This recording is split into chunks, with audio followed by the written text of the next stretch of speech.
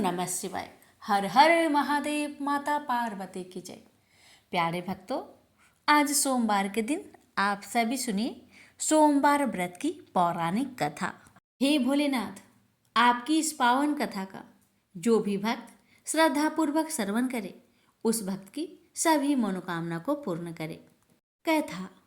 ये बात उस समय की है जब भगवान शिव कैलाश पर्वत के सुरमयी शिखर पर बैठे हुए थे और उनके समक्ष माता पार्वती दोनों हाथ जोड़कर उनसे पावन राम कथा सुनाने की विनय कर रही थी। शिवजी मुस्कुरा रहे थे। पार्वती की इस विनती के कारण स्मरण करके आशुतोष भगवान मन ही मन मुदित हो रहे हैं। यह उनके पूर्व जन्म का ही वृंतांत था, जब वे सती रूप में भगवान शिव की अर्धांगिनी थी।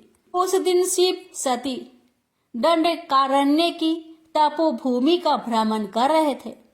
जब उन्होंने सीता वियोग में व्याकुल और रोते हुए राम को देखा था, शिव तो प्रभु की इस लीला पर रोमांचित हो उठे थे और सती की दृष्टि से छुपाकर उन्होंने राम को हाथ जोड़कर प्रणाम किया था।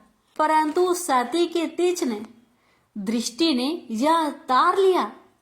एक रुदन करते तपस्वी पर शिव जी की यह श्रद्धा और प्रतिक्रिया सती को आश्चर्य में डाल रही थी कि कौन था वह तपस्वी जो सर्व पूज्य शिव जी के लिए भी पूज्य था। सती का स्वभाव हठी और संकालु था, अतः सती ने शिव से प्रश्न कर ही लिया। शिव ने पहले तो टाल दिया, परंतु सती कहाँ मानने वाली थी। भगवान शिव ने सती को श्री राम जी की महिमा कह सुनाई तो सती को विश्वास ना हुआ कि शिव पत्नी वियोग में विलाप करते तपस्वी मनुष्य को श्री हरि का अवतार कह रहे हैं। सती ने परीक्षा लेने का विचार किया और शिव से अपने विचार बताए। शिव ने पहले तो मना किया, परंतु सती का हठ देखकर समझ गए कि यह प्रभु की प्रेरणा ही है, जो सती ने सब जानते हुए भी हठ पकड़ ली है। अतः उन्होंने अनुमति दे दी। शिव बरगद के नीचे बैठ रहे और सती राम की परीक्षा लेने चल पड़ी। उन्होंने सीता का रूप धर लिया और राम की ओर बढ़ने लगी। राम की दृष्टि जैसे ही उन पर पड़ी तो उन घट घट के जानने वाले श्री हरि ने दोनों हाथ जोड़कर सती को माता कहकर प्रणाम किया और उनसे भगवान शिव की कुशल क्षेम पूछी तो सती लज्जा से पानी पानी हो गई। मन में बड़ा ही क्षोभ हुआ कि मैंने शिव जी की बात ना मानकर बड़ा अपराध किया। वे हृदय में गलानी लिए शिव जी के पास पहुंची तो भगवान शिव ने उनसे परीक्षा का परिणाम पूछा। सती की हृदय में शंका तो थी ही, भय भी था कि कहीं अनर्थ ना हो जाए। अतः झूठ ही बोल दिया कि उन्होंने कोई परीक्षा ही नहीं ली, परंतु शिव से क्या छुपा रह सकता था। उनके मन में बड़ा विषाद हुआ और उन्होंने श्री राम का स्मरण करते हुए उसी क्षण सती को अपने हृदय से त्याग दिया। सती को शीघ्र ही शिव के व्यवहार से यह आभास हो गया कि उनकी हठ धार्मिकता और स्त्री सुलभ मूर्खता ने अंततः अनर्थ कर ही डाला। दिन प्रतिदिन शिव की अपने प्रति विरक्ति से सती दग्ध हो रही थी, परंतु भूल तो अपनी ही थी। अतः सती मन ही मन श्री राम का स्मरण करती और अपने अपराध की क्षमा मांगते हुए उस देह से शीघ्र मुक्ति दिलाने की प्रार्थना करती। शिव के समीप रहकर भी वे शिव की नहीं थी, जो जीवन व्यर्थ था। शिव घोर समाधि में चले गए थे और सती को अपराध का बड़ा मूल्य चुकाना पड़ रहा था। पति परित्यागता की पीड़ा को सती के अतिरिक्त और कौन समझ सकता था। वे क्षण प्रति क्षण अपराध बोध से घिरी जा रही थी। अंततः देव ने उनकी पीड़ा हरने के लिए एक समय चक्र बुन ही दिया। सती के पिता प्रजापति दक्ष ने एक बहुत बड़े यज्ञ का आयोजन किया। जिसमें सभी देवताओं को बुलाया गया, परंतु दक्ष ने देश के कारण शिव को निमंत्रण नहीं भेजा।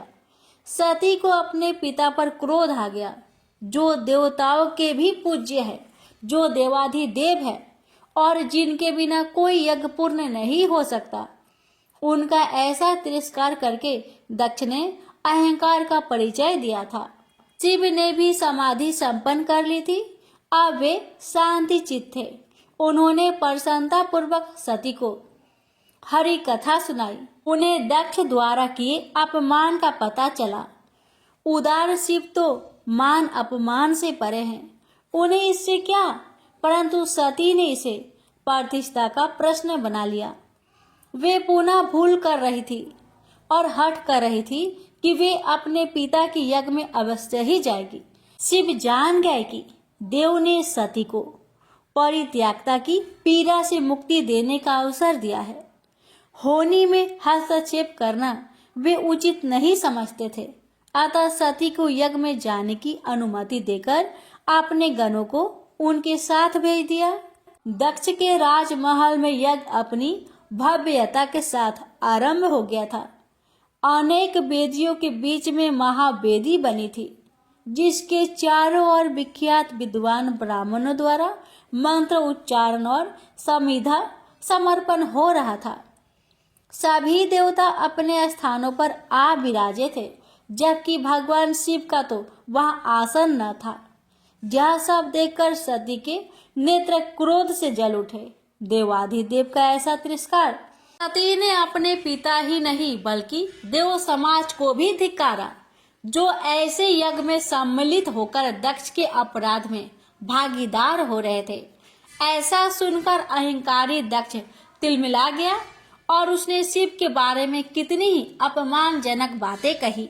यह सुनकर सती का क्रोध चरम पर पहुंच गया और वे अपने रुद्र रूप में आ गई, जिसे देखकर देवतागण भी भयभीत हो गए। इसी अनिष्ट की आशंका ने सबको विचलित कर दिया था। सती ने अपने पिता के अपमान से दग्ध होकर उस देह को ही भस्म करने का निर्णय ले लिया और अपनी देह यज्ञ की महावेदी को समर्पित कर दी। सती की आत्मदाह करने से चारों ओर हाहाकार मच गया। देवता सन्न रह गए और सभा में सनसनी फैल गई। सती का यह आत्मदाह एक बड़े संकट का कारण बनने वाला था। अतः लोग इधर उधर खिसकने लगे। देवगणों ने तत्काल जाकर महादेव को सती के आत्मदाह की सूचना दी। तो शिव का अंग प्रत्यंग क्रोध से कांप उठा। सृष्टि में जैसे प्रलय ही आ गई। संहारक शिव की क्रोध अग्नि ऐसी ही प्रचंड थी। शिव ने अपने सिर से एक केश उखाड़ा और भूमि पर पटक दिया, जिससे एक भयानक आकृति का बलवान योद्धा वीरभद्र उत्पन्न हुआ। उसके अग्नि समान जलते नेत्र थे और हाथों में खड्ग व कंधों पर प्रचंड धनुष लटक रहा था। वीरभद्र गर्जना करता हुआ दक्ष की यज्ञशाला में पहुंच गया और उसने भीषण रक्तपात आरंभ कर दिया। दक्ष को जिस सेना पर अहंकार था, वह वीरभद्र के रौद्र रूप के सामने जान बचाने के लिए इधर उधर भाग रहे थे। वीरभद्र की दृष्टि शिवद्रोही दक्ष को खोज रही थी और वह अपने प्राण बचाने के लिए अंतपुर की ओर भाग जा रहा था। वीरभद्र ने झपट कर उसे पकड़ लिया और खड्ग के प्रहार से उसका मस्तक काट दिया। यज्ञ का विध्वंस हो गया था। सती को इस प्रकार उस देह से मुक्ति मिल गई जिसे शिव ने त्याग दिया था। विधाता ने अपने प्रभाव को सिद्ध कर दिया था कि होनी अटल है और इसके प्रहार से कोई नहीं बच सकता। प्रेम से बोलिए सियावर रामचंद्र की जय। आप सुनिए आगे की कथा। सती ने वह देह तो त्याग दी थी, पर शिव से विलग वे कैसे रहती? न तो उनके बिना शिव और न शिव के बिना सती पूर्ण थी, और न इन दोनों का अभाव तो सृष्टि को शून्य कर देने वाला था। सती ने अपना अगला जन्म राजा हिमाचल की पत्नी मैनावती के गर्भ से लिया, जहां उनका नाम उमा या पार्वती रखा गया। माता पिता और समस्त परिजनों की लाडली पार्वती का जन्म उत्सव बड़े ही धूमधाम से मनाया गया। नारद जी ने यह समाचार सुना तो हर्षित होकर जगजननी के बाल रूप के दर्शन करने पहुंच गए। नारद जी ने बालिका के गुण दोष देखे और सर्वत्र गुणों की खान उस कन्या के भविष्य का वर्णन किया, जिसे सुनकर सभी हर्षित हो उठे। परंतु जब नारद जी ने पार्वती के भावी पति का वर्णन किया तो सब विचलित हो उठे। योगी, जटाजुटधारी, निष्काम, दरिद्र और अमंगल भेष वाले पति के बारे में देव ऋषि से सुनकर पार्वती के माता पिता को तो निश्चय ही उदास हो जाना था। सखिया भी सहम गई। नारद जी के मुख पर प्रसन्नता थी, क्योंकि भाभी वर के सभी लक्षण महादेव शिव के थे। नारद तो पार्वती को आशीर्वाद देकर चले गए, परंतु माता मैनावती संदेहग्रस्त हो गई। राजा हिमाचल ने मैनावती को समझाया कि अभी छोटी सी कन्या के वर के विषय में चिंतित होना ठीक नहीं है। भाग्य कब करवट ले कौन कह सकता है। और देवऋषि नारद तो वैसे भी यूं ही मनोविनोदी स्वभाव के हैं। वे कब किसकी चिंता दूर करने का उपाय कर दे और कब किसे चिंता में डालकर नारायण नारायण भजते हुए लोक भ्रमण को चल पड़े। मैनावती को नारद की बात पर विश्वास था, अतः उसका मात्र हृदय कभी अवसस्त ना हुआ। कन्या नित्य चंद्रमा शुक्ल पक्ष की भांति बढ़ने लगी। पार्वती कब कन्या से किशोरी हो गई, माता पिता को लार प्यार में पता ही न चला। रानी ने अपने संदेह को ध्यान में रखते हुए राजा से पुत्री के लिए योग्य वर खोजने की विनती की, और राजा ने भी नारद जी की वचनों के विपरीत प्रयास करने को अपना पितृधर्म समझा। मैनावती ने देखा भी था कि पार्वती किसी विचार से स्वतः मुस्कुरा उठती थी, और यह तब होता था जब वे अपनी भाभी वर की छवि की कल्पना करने लगती थी। माता ने यूं ही पार्वती से इस विषय में पूछ लिया तो पार्वती ने उसी छवि का वर्णन किया जैसा नारद जी ने किया था। मैनावती जान गई कि देवऋषि के वचन असत्य नहीं हो सकते थे। वे राजा के पास पहुंची और सब बातें कही। दोनों ने मिलकर निर्णय लिया कि विधाता के लेख में हस्तक्षेप करने का प्रयास भी अनुचित है, अतः ऐसे भेषधारी भगवान शिव ही वर रूप में उनकी पुत्री को मिले तो अच्छा होगा।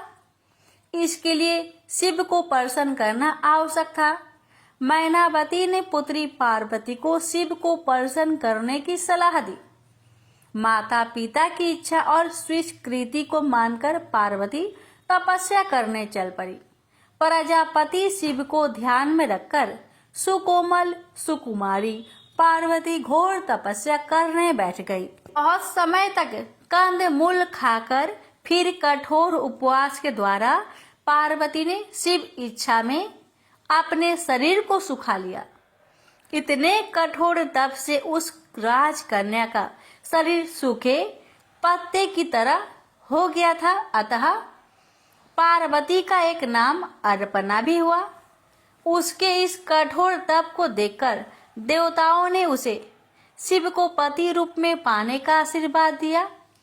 राजा हिमाचल ने यह देववाणी सुनी तो पत्नी सहित पार्वती के पास जाकर उसे तप छोड़कर घर चलने को कहा, परंतु पार्वती ने अपना हठ तब तक न छोड़ने का निश्चय कर लिया था जब तक स्वयं शिव उसे पत्नी रूप में स्वीकार करने की सहमति नहीं दे देते। पार्वती का विचित्र हठ था, परंतु तर्क संगत था। शिव तो परम वैरागी हो गए थे। उनकी दिनचर्या में राम कथा और समाधि ही रह गए थे। यह देखकर देवता विचलित हो उठे थे, क्योंकि तारकासुर नाम का दैत्य संसार को पीड़ा दे रहा था।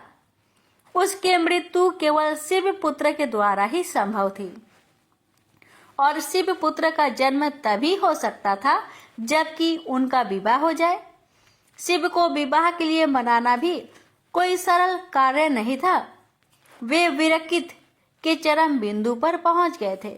सभी देवगण मिलकर शिव को मनाने पहुंचे और भांति भांति से उनकी स्तुति करने लगे।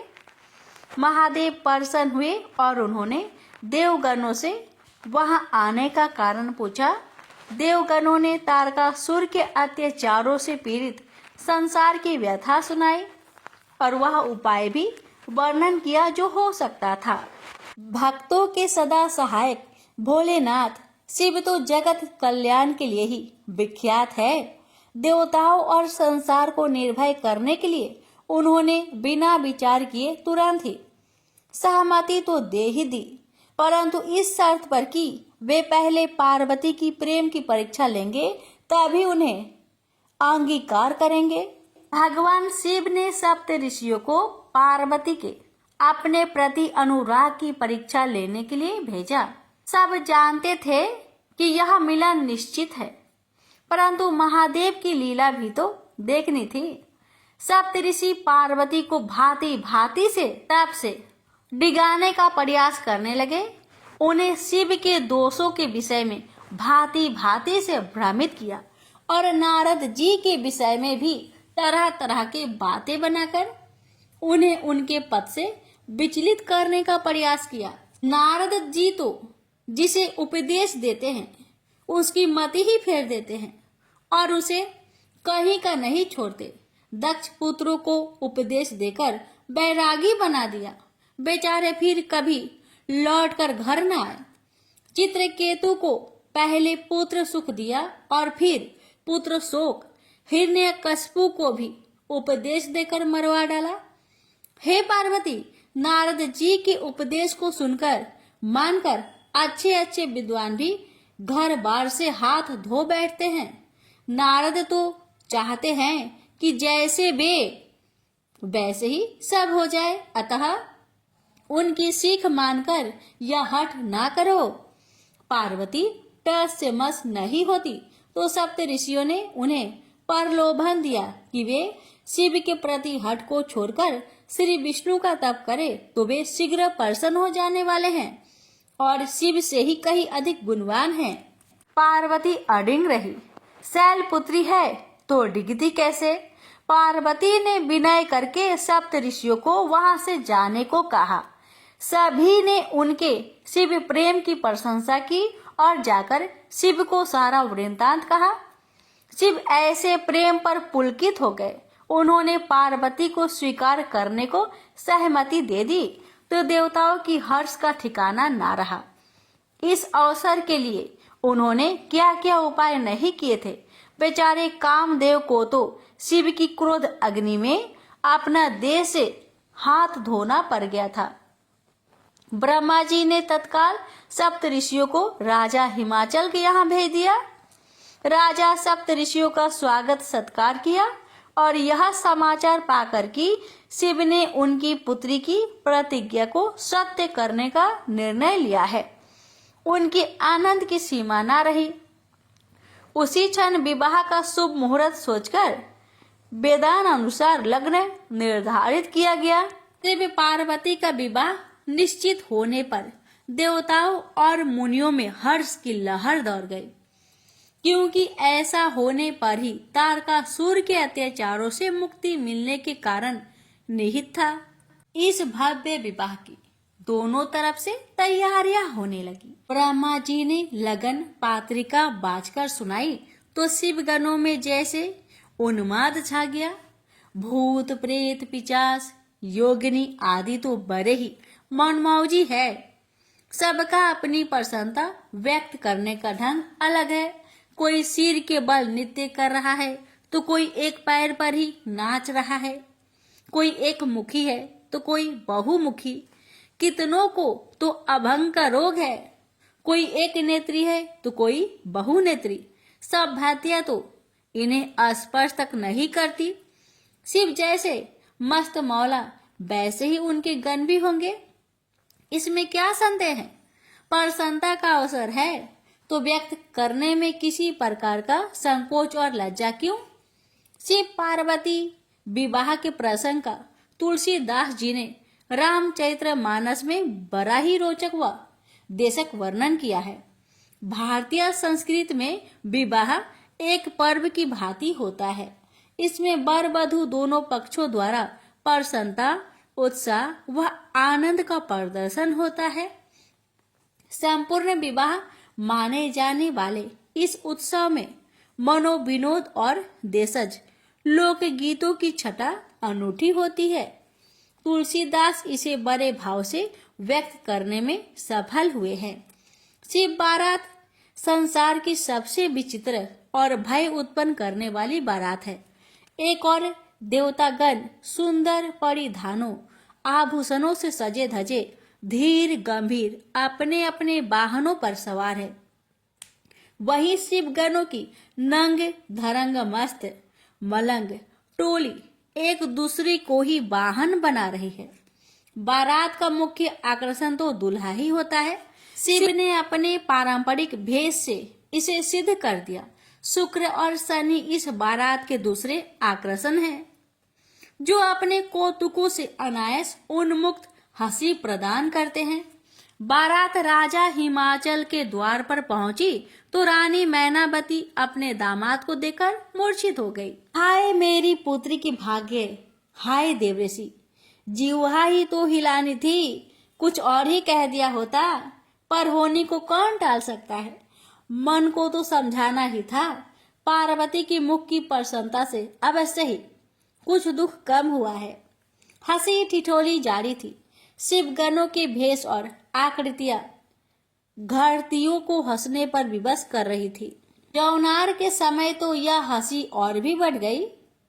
शुक्र और शनि खाते नहीं अघाते, सब हजम लोकगीतों में पिरोई गालियां उन्हें और भी आनंद दे रही थी। हिमाचल की प्रजा और इस विवाह के साक्षी बड़े पुण्यवान हैं, जो बिना प्रयास के ही देव दर्शन हो रहे हैं। शिव पार्वती का विवाह विधि विधान से संपन्न हुआ। आज संसार शिवमय हो गया है। तारकासुर चिंतित हो उठा। घोषित मृत्यु का प्रथम चरण संपन्न हुआ है। देवता प्रसन्न है। शिव परिवार हो गए, गृहस्थ बन गए। वधू पक्ष में वियोग की अश्रु धाराएं है तो वर पक्ष आनंद मना रहा है। पार्वती पुनः अपने पति गृह आ गई। सब कुछ तो परिचित ही था। सहज में ही स्वयं को ससुराल में व्यवस्थित कर लिया। पार्वती ने भगवान शिव से अपने पिछले जन्म के अपराध की क्षमा याचना करते हुए उनसे प्रभु श्री राम की पावन कथा सुनाने की विनय की। पृथ्वी लोक में श्री हरि की वह नर लीला, जिसके क्षणिक अंग की पूर्व जन्म में ही वो साक्षी रह चुके हैं, कितनी मनोहर होगी।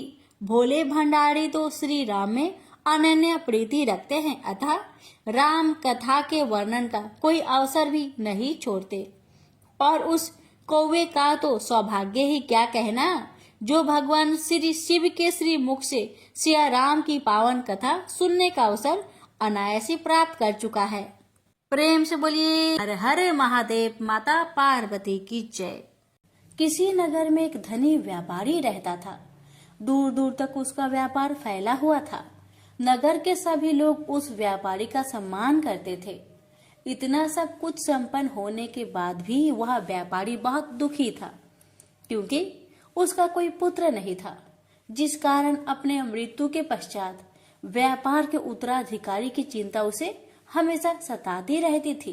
पुत्र प्राप्ति की इच्छा से व्यापारी प्रत्येक सोमवार भगवान शिव का व्रत पूजा किया करता था और शाम के समय शिव मंदिर में जाकर शिव जी के सामने घी का दीपक जलाया करता था। उसकी भक्ति देखकर माँ पार्वती प्रसन्न हो गई और भगवान शिव से उस व्यापारी की मनोकामना पूर्ण करने का निवेदन किया। भगवान शिव बोले, इस संसार में सबको उसके कर्म के अनुसार फल की प्राप्ति होती है। जो प्राणी जैसा कर्म करते हैं उन्हें वैसा ही फल प्राप्त होता है। शिव जी द्वारा समझाने के बावजूद माँ पार्वती नहीं मानी और उस व्यापारी की मनोकामना पूर्ति हेतु वे शिव जी से बार बार अनुरोध करती रही। अंततः माता के आग्रह को देखकर भगवान भोलेनाथ को उस व्यापारी को पुत्र प्राप्ति का वरदान देना पड़ा। वरदान देने के पश्चात भोलेनाथ माँ पार्वती से बोले, आपके आग्रह पर मैंने पुत्र प्राप्ति का वरदान तो दे दिया, परंतु इसका यह पुत्र 16 वर्ष से अधिक समय तक जीवित नहीं रहेगा। उसी रात भगवान शिव उस व्यापारी के स्वप्न में आए और उसे पुत्र प्राप्ति का वरदान दिया और उसके पुत्र की 16 वर्ष तक जीवित रहने की भी बात बताई। भगवान के वरदान से व्यापारी को खुशी तो हुई, लेकिन पुत्र की अल्पायु की चिंता ने उस खुशी को नष्ट कर दिया। व्यापारी पहले की तरह सोमवार के दिन भगवान शिव का विधिवत व्रत करता रहा।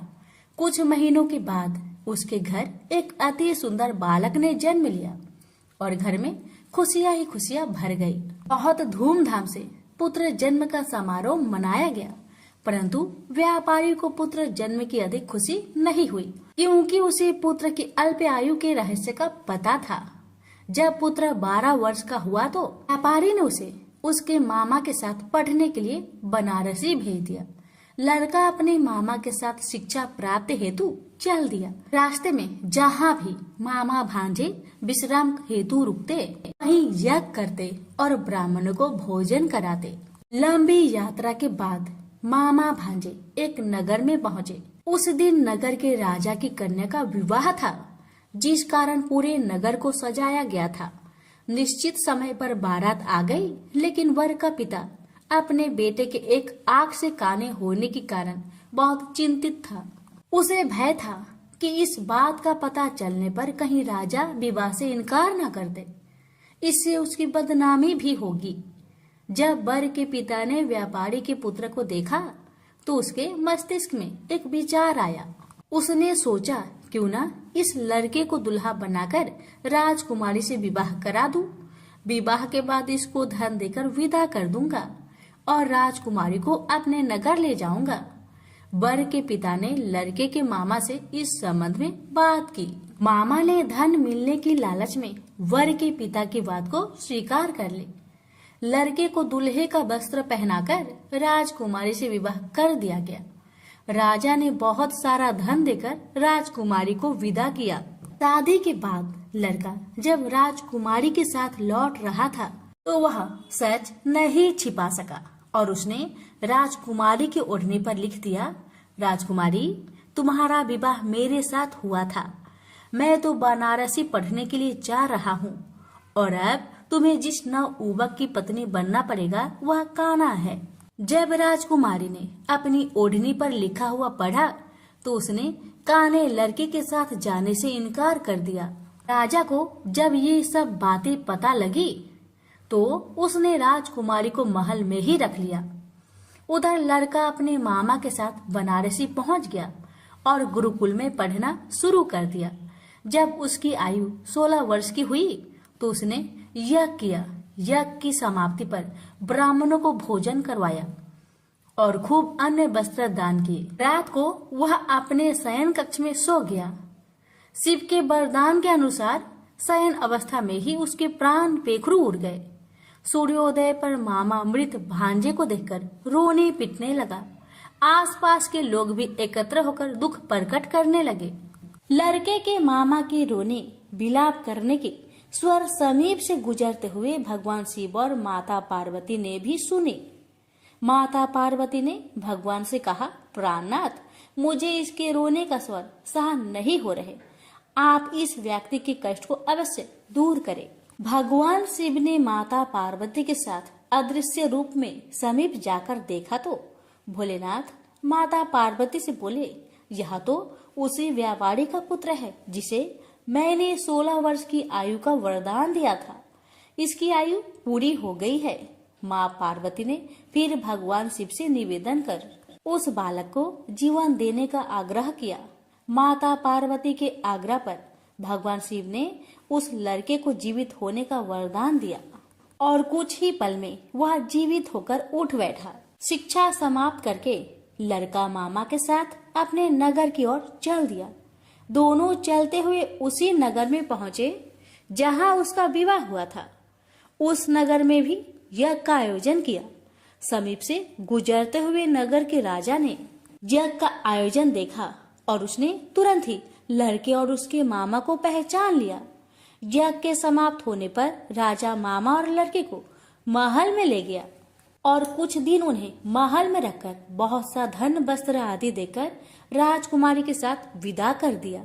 इधर भूखे प्यासे रहकर व्यापारी और उसकी पत्नी बेटे की प्रतीक्षा कर रहे थे। उन्होंने प्रतिज्ञा कर रखी थी कि यदि उन्हें अपने बेटे की मृत्यु का समाचार मिला तो दोनों अपने प्राण त्याग देंगे। परंतु जैसे ही उसने बेटे के जीवित वापस लौटने का समाचार सुना तो वह बहुत परेशान हुआ। वह अपनी पत्नी और मित्रों के साथ नगर के द्वार पर पहुंचा। अपने बेटे के विवाह का समाचार सुनकर पुत्र वधू राजकुमारी को देखकर उसकी खुशी का ठिकाना न रहा।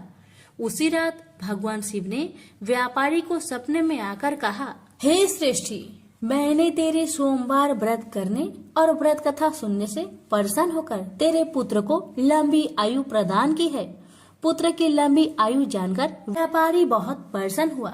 शिव भक्त होने तथा सोमवार का व्रत करने से व्यापारी की सभी मनोकामनाएं पूर्ण हुई। इसी प्रकार जो भक्त सोमवार का विधिवत व्रत करते हैं और व्रत कथा सुनते हैं उनकी सभी इच्छाएं पूरी होती है। उनसे बोलिए उमापति शंकर भगवान की जय। एक समय श्री महादेव जी पार्वती के साथ भ्रमण करते हुए मृत्यु लोक में अमरावती नगरी में आए। वहां के राजा ने शिव मंदिर बनवाया था जो कि अत्यंत भव्य एवं रमणीक तथा मन को शांति पहुंचाने वाला था। भ्रमण करते समय शिव पार्वती भी वहां ठहर गए। पार्वती जी ने कहा, हे नाथ, आओ आज इसी स्थान पर चौसर पासे खेले। खेल प्रारंभ हुआ। शिव जी कहने लगे, मैं जीतूंगा। इस प्रकार उनकी आपस में वार्तालाप होने लगी। उस समय पुजारी जी पूजा करने आए। पार्वती जी ने पूछा, पुजारी जी बताइए जीत किसकी होगी? पुजारी बोला, इस खेल में महादेव जी के समान कोई दूसरा परंगत नहीं हो सकता, इसलिए महादेव जी ही यह बाजी जीतेंगे। परंतु हुआ उल्टा, जीत पार्वती जी की हुई। अतः पार्वती जी ने पुजारी जी को कोढ़ी होने का श्राप दे दिया कि तूने मिथ्या भाषण किया। अब तो पुजारी कोढ़ी हो गया। शिव पार्वती जी दोनों वापस चले गए। कुछ समय पश्चात अप्सराएं पूजा करने आई। अप्सराओं ने पुजारी के उसके कोढ़ी होने का कारण पूछा। पुजारी ने सब बातें बता दी। अप्सराएं कहने लगी, पुजारी जी आप 16 सोमवार का व्रत करें तो शिव जी प्रसन्न होकर आपका संकट दूर करेंगे। पुजारी जी ने अप्सराओं से व्रत की विधि पूछी। अप्सराओं ने व्रत करने और व्रत के उद्यापन करने की संपूर्ण विधि बता दी। पुजारी ने विधि पूर्वक श्रद्धा भाव से व्रत प्रारंभ किया और व्रत अंत में व्रत का उद्यापन भी किया। व्रत के प्रभाव से पुजारी जी रोग मुक्त हो गए। कुछ दिनों के बाद शंकर भगवान पार्वती जी पुनः उस मंदिर में आए तो पुजारी जी को रोग मुक्त देखकर पार्वती जी ने पूछा, मेरे दिए हुए श्राप से मुक्ति पाने का तुमने कौन सा उपाय किया? पुजारी जी ने कहा, हे माता, अप्सराओं द्वारा बताए गए 16 सोमवार के व्रत के करने से मेरा यह कष्ट दूर हुआ है। पार्वती जी ने भी 16 सोमवार का व्रत किया, जिससे उनसे रूठे हुए कार्तिकेय जी भी अपना माता से प्रसन्न होकर आज्ञाकारी हुए। कार्तिकेय जी ने पूछा, हे माता, क्या कारण है कि मेरा मन सदा आपके चरणों में लगा रहता है? पार्वती जी ने कार्तिकेय को 16 सोमवार के व्रत का महात्म्य तथा विधि बताई। तब कार्तिकेय जी ने भी इस व्रत को किया तो उनका बिछड़ा हुआ मित्र मिल गया। अब मित्र ने भी इस व्रत को अपने विवाह होने की इच्छा से किया। फलतः वह विदेश गया। वहां के राजा की कन्या का स्वयंवर था। राजा ने प्रण किया था कि हथिनी जिस व्यक्ति के गले में वरमाला डाल देगी उसी के साथ राजकुमारी का विवाह करूंगा। यह ब्राह्मण मित्र भी स्वयंवर देखने की इच्छा से वहां एक और जाकर बैठ गया। हथिनी ने इसी ब्राह्मण मित्र को माला पहनाई तो राजा ने बड़ी धूमधाम से अपनी राजकुमारी का विवाह उसके साथ कर दिया। तत्पश्चात दोनों सुखपूर्वक रहने लगे। एक दिन राजकन्या ने पूछा, हे नाथ, आपने कौन सा पुण्य किया जिससे हथनी ने आपके गले में वरमाला पहनाई? ब्राह्मण पति ने कहा, मैंने कार्तिकेय जी द्वारा बताए अनुसार 16 सोमवार का व्रत पूर्ण विधि विधान सहित श्रद्धा भक्ति से किया, जिसके फल के कारण मुझे तुम्हारे जैसे सौभाग्यशाली पत्नी मिली। अब तो राजकन्या ने भी सत्य पुत्र प्राप्ति के लिए व्रत किया और सर्वगुण संपन्न पुत्र प्राप्त किया। बड़े होकर पुत्र ने भी राज्य प्राप्ति की कामना से 16 सोमवार का व्रत किया। राजा के देवलोक होने पर इसी ब्राह्मण कुमार को राजगद्दी मिली। फिर भी वह इस व्रत को करता रहा। एक दिन उसने अपनी पत्नी से पूछा, सामग्री शिवालय ले चलने को कहा, परंतु उसने पूजा सामग्री अपनी दासियों द्वारा भिजवा दी। जब राजा ने पूजन समाप्त किया तो आकाशवाणी हुई कि हे राजा, तुम इस पत्नी को त्याग दो, नहीं तो राजपाट से हाथ धोना पड़ेगा। प्रभु की आज्ञा मानकर उसने अपनी पत्नी को महल से निकाल दिया। तब वह अपने भाग्य को कोसती हुई एक बुढ़िया के पास गई और अपना दुखड़ा सुनाया। तभी बुढ़िया को बताया, मैं पूजन सामग्री राजा के कहे अनुसार शिवालय में नहीं ले गई और राजा ने मुझे निकाल दिया। बुढ़िया ने कहा, तुझे मेरा काम करना पड़ेगा। उसने स्वीकार कर लिया। तब बुढ़िया ने सूत की गठरी उसके सिर पर रखी और बाजार भेज दिया। रास्ते में आंधी आई तो सिर पर रखी गठरी उड़ गई। बुढ़िया ने डांट कर उसे भगा दिया। अब रानी बुढ़िया के यहाँ से चलते चलते एक आश्रम में पहुंची। गोसाई जी उसे देखते ही समझ गए कि यह उच्च घराने की अबला विपत्ति की मारी है। वे उसे धैर्य बंधाते हुए बोले, बेटी, तू मेरे आश्रम में रह, किसी प्रकार की चिंता मत कर। रानी आश्रम में रहने लगी, परंतु जिस वस्तु को वह हाथ लगाती वह वस्तु खराब हो जाती। यह देखकर गोसाई जी ने पूछा, बेटी, किस देव के अपराध से ऐसा होता है? रानी ने बताया कि मैंने अपने पति की आज्ञा का उल्लंघन किया और शिवालय में पूजन के लिए नहीं गई। इससे मुझे घोर कष्ट उठाने पड़ रहे हैं। गोसाई जी ने शिव जी से उसके कुशल क्षेम के लिए प्रार्थना की और कहा, बेटी, तुम 16 सोमवार का व्रत विधि के अनुसार करो। तब रानी ने विधि पूर्वक व्रत पूर्ण किया। व्रत के प्रभाव से राजा को रानी की याद आई और दूतों को उसकी खोज में भेजा। आश्रम में रानी को देख दूतों ने राजा को बताया। तब राजा ने वहां जाकर गोसाई जी से कहा, महाराज, यह मेरी पत्नी है। मैंने इसका परित्याग कर दिया था। कृपया इसे मेरे साथ जाने की आज्ञा दें। शिव जी की कृपा से प्रति वर्ष 16 सोमवार का व्रत करते हुए वे आनंद से रहने लगे और अंत में शिवलोक को प्राप्त हुए। प्रेम से बोलिए हर हर महादेव, माता पार्वती की जय। ओम नमः शिवाय।